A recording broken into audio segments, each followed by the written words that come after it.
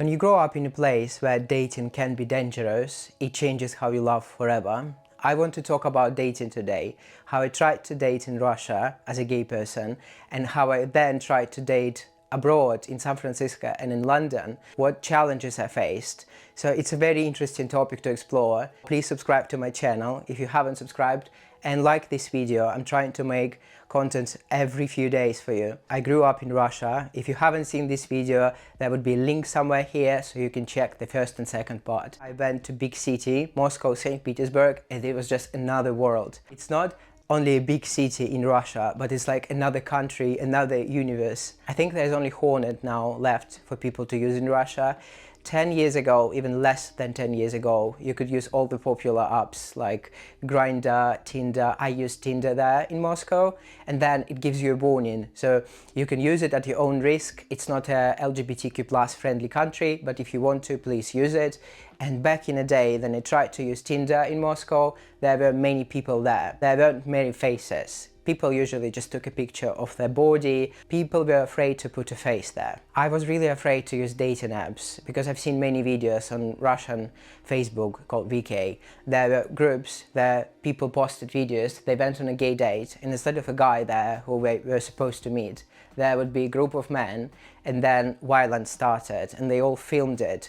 It was really horrible videos, they stuck with me, and there were people of different ages there. Presumably, mostly it happened to smaller cities rather than Moscow, Saint Petersburg. Saint Petersburg is even more liberal than that. In Saint Petersburg you can work for a company, some people know you're gay, and your co-workers know you're gay, and you might even date a person through your friends. And it doesn't mean your family will accept you, it doesn't mean your neighbors might not report you. Because when I was living in St. Petersburg, I rented the apartment, my neighbors knew everything. So I'll talk about my experience. When in Moscow I decided to date a guy, just go on a date for a coffee. We followed each other on Instagram, exchanged a few pictures. I could see he's real, he had a profile for years, so I decided to go for a coffee with him. And then this guy was working for a big bank and he invited me to the club. It wasn't like a normal traditional club, it was more like Soho House in the UK for rich or famous people. And I was a bit shocked when I showed up there because I could see many celebrities, many singers, many artists in Russia, and then I could see many politicians as well. And I'm sorry to break it to you, but many younger politicians, many older politicians, some of them petitioned for anti-LGBTQ+ laws. They were there. And to my biggest shock, one of the guys there, so my mom is very obsessed with the news and she watches the news every 3 hours then they run on Russian state propaganda TV channels. She particularly liked the guy there who was a presenter of this news. And guess what? I go to this club and he was sitting there with his boyfriend. And I was like, oh, what? This guy works for Russian state propaganda, he's on the news, and he was there with his boyfriend. I can understand why some people like Moscow so much, because Moscow is an amazing city. 2016, 2017, I was really thinking maybe I should move from the States to Moscow because Moscow is so amazing, such a beautiful, vibrant city. And you can be gay there. There are gay clubs, there are gay closed clubs there, you could meet certain people, and if you know a person, you know your entrance to this club. There were dating apps. So I had this false sense of freedom. It's an illusion what I'm usually talking to my friends. I still have friends who now live in Moscow, St. Petersburg. They are gay, their parents don't know, they are dating somebody, they're trying to date somebody, but then they're stuck in this cycle. So you can live in sort of illusion, but then also I know many people are addicted to drugs. Even younger people, 18, 19 years old. I know 2 people who fortunately passed away because it's really difficult to constantly live in fear, to constantly double check things, to act differently. Whenever I went to Russia, I acted completely different from now. I dressed differently, I spoke completely different. I was always self-censoring myself what was about to say. So it's really difficult to act like that 24/7, and if your loved one, if your relatives, parents, everyone like that. I understand why some people resort to drugs. Also no PDA, you can't do this in open, you constantly have to be a control freak. So that's why some Americans, they say that Russian gays, they have this traumatized vibes. They do have it, honestly, I understand that. You constantly think like you have a target on your back. So you have to be really careful with dates because it might be that different people with completely different agenda shows up on a date. then you can't be honest with people. You don't know if you can trust them. I'm gonna get really personal, but then I was in school, I did fancy a guy, my classmate, and we were really close, and several times I went to his apartment, we were just lying on a bed, nothing ever happened between us, but I was kind of falsely, sensely feeling that he might be fancying me as well.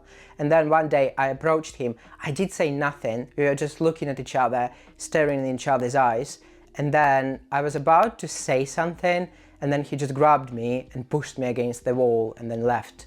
So I think he understood. He was a really smart guy, so he understood what I was about to say. He just pushed me really hard. And that incident stuck with me because you can never know if you can trust people. I personally know people who dated guys and then they decided they needed a beaded wife, and now they have a beaded wife and they still date guys on site. To be honest with you, my dating intentions have always been to find long-term relationship.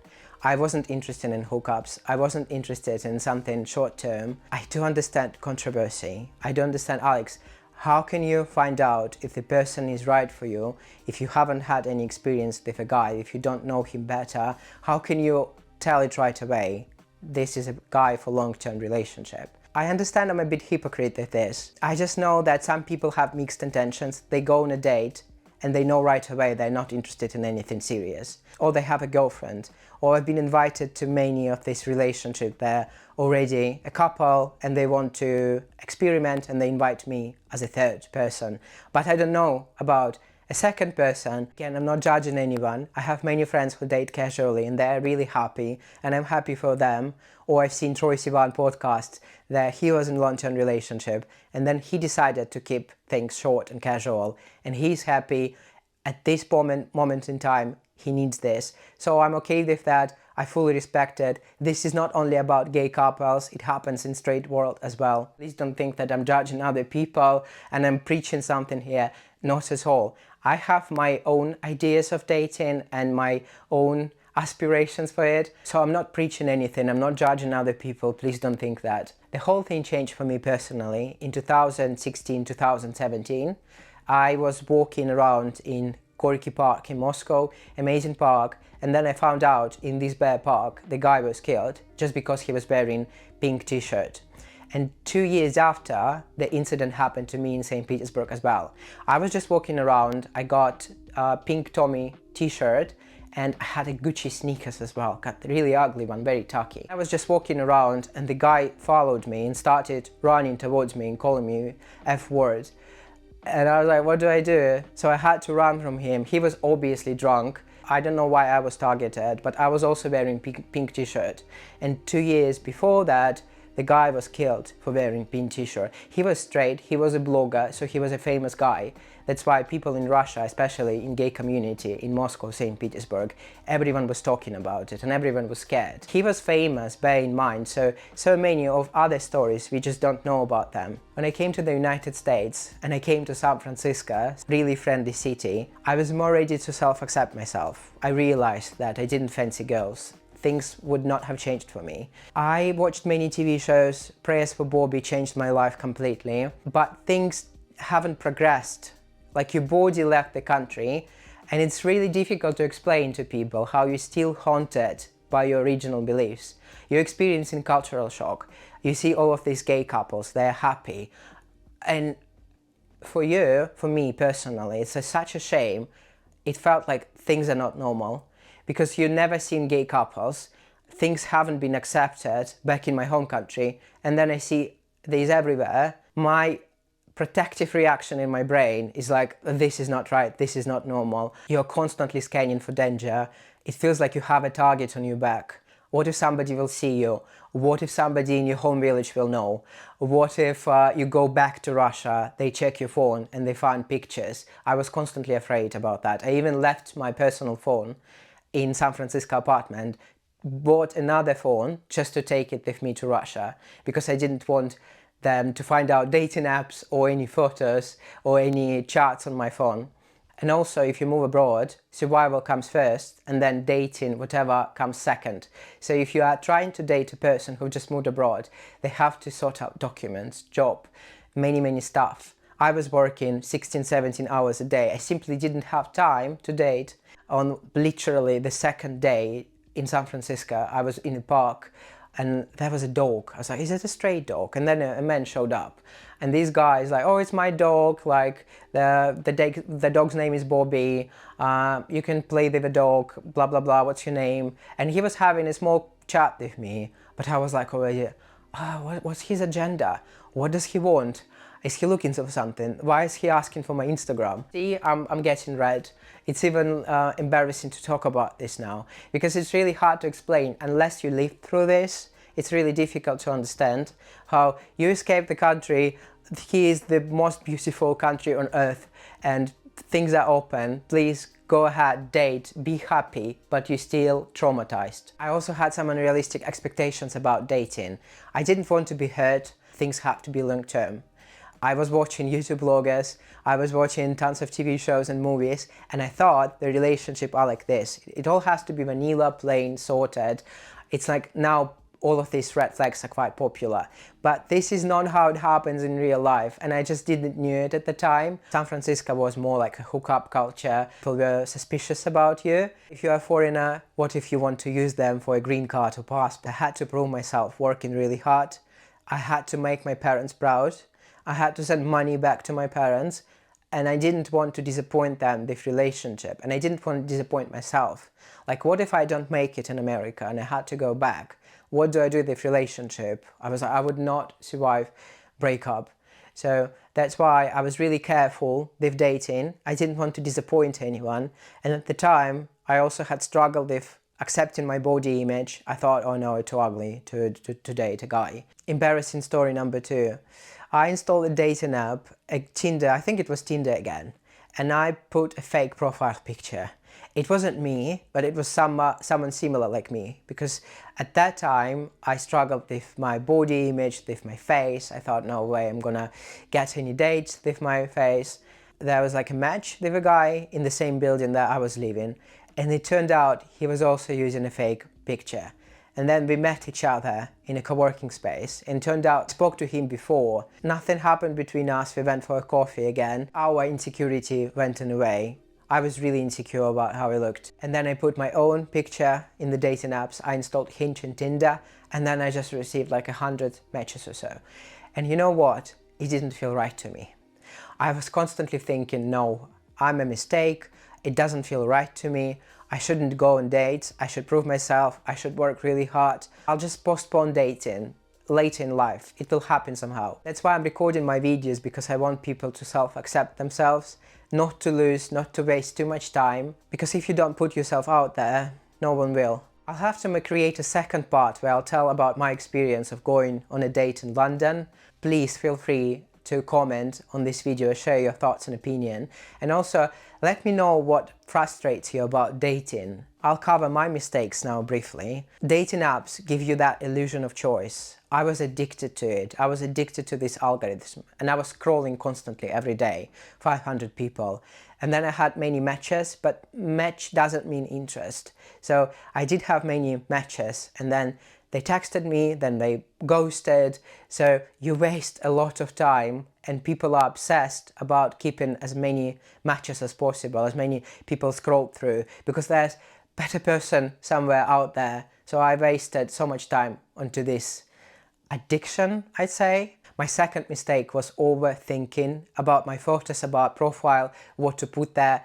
People never use your bio. Whatever you write there, unfortunately, people do not read it. Last time I used dating apps, I just put photos that I took against the wall instead of carefully crafting your profile pictures. It doesn't really help. It doesn't really matter. People will go on a date, and if you carefully crafted your photos, they might be disappointed. So it's better to keep things realistic. Like, your goal is not to have many matches, but to find the right people if you're using dating apps. And the third mistake was to heal before I go on another date, because there were instances that I went on a date and then it didn't progress into anything, and I was already emotionally involved. I was really hurt, I was crying, and then in this state I went on another date. So my biggest advice is to keep things on pause than you need it, and then you can continue. You don't need to like go on 100 dates a week if you are interested in more serious dating, if you're interested in hookups, of course, whatever. Give yourself time to heal if something happened, or give others time to heal. If you know your dating intentions is to find a guy for long-term serious relationship, it's not the best idea to go on a date with a guy who just broke up with a partner. And I would again emphasize that clarity is really attractive and important. So please be honest about your dating intention. Be kind to each other. I really want to be kind to each other. There were cases I was blocked, ghosted, and then people put horrible comments to me, but I was simply flying for work and I didn't check the dating apps. And my mistakes was I didn't warn the person right away, but also we didn't have any commitment to each other. It was just casual conversation. So please be kind to one another. And rejection, oh my God, these are dating apps. They are brutal. Don't be too worried about the rejection. Honestly, it happens all the time. You can never know. Don't take it personally. Don't take it on you. So don't worry about the rejection too much. You never know why it happened. Maybe a person just changed his dating intentions, or he's not in the right space to date people now, so it's absolutely fine. I'll make another video about dating in London. It just deserves a separate video. Please share your stories in the comments. And thank you so much for watching me. Your support means a lot to me, so please feel free to put any comments, like this video, share it with your friends. And thank you so much for watching. Bye, see you in other videos. One more thing before I go. I'm really sorry if I came across as I judged people. I never judge people for their dating intentions. It really depends on the person, their moment in time, and it's completely normal if you want to date casually, or you want to date long-term, or you don't want to date at all. I just wanted to more share my personal experience, and why some gay guys from Russia, whenever they move abroad, they are more traumatized. And I wanted to talk about my personal experience, share my personal story. So I hope I didn't come across as a person who judges other people, especially their dating preferences. I'm just double checking with you. Sorry if I came across like a person who judges everyone. So be kind to one another. Love, peace, love you. Have a good day. Thank you so much for watching. Bye.